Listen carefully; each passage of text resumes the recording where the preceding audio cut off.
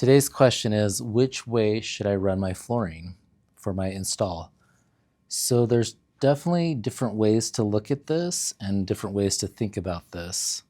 Some people like to, as you walk through the door, they like to run it the width of the walkway and the doorway.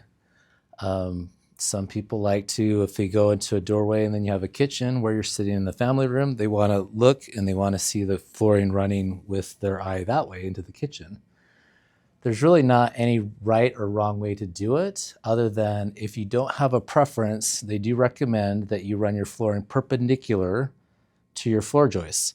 And so that's kind of like this. So here's my very high-tech demonstration, but perpendicular would be, so if your floor joists are running side to side, you'd run the flooring this way. And what that does is it creates some stability to your floor that you wouldn't have otherwise. But a lot of times that's not necessary.